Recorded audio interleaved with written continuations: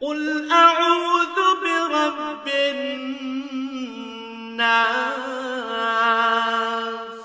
হে নবী, তুমি বলো, আমি আশ্রয় চাই মানুষের মালিকের কাছে।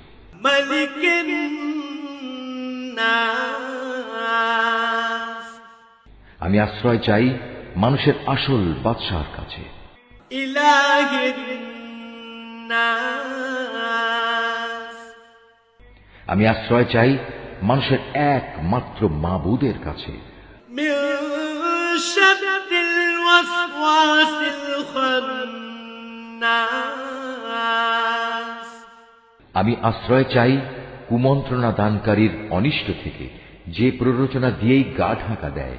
الذي يوسوس في صدور الناس। যে মানুষের অন্তরে কুমন্ত্রণা দেয়। من الجنة والناس।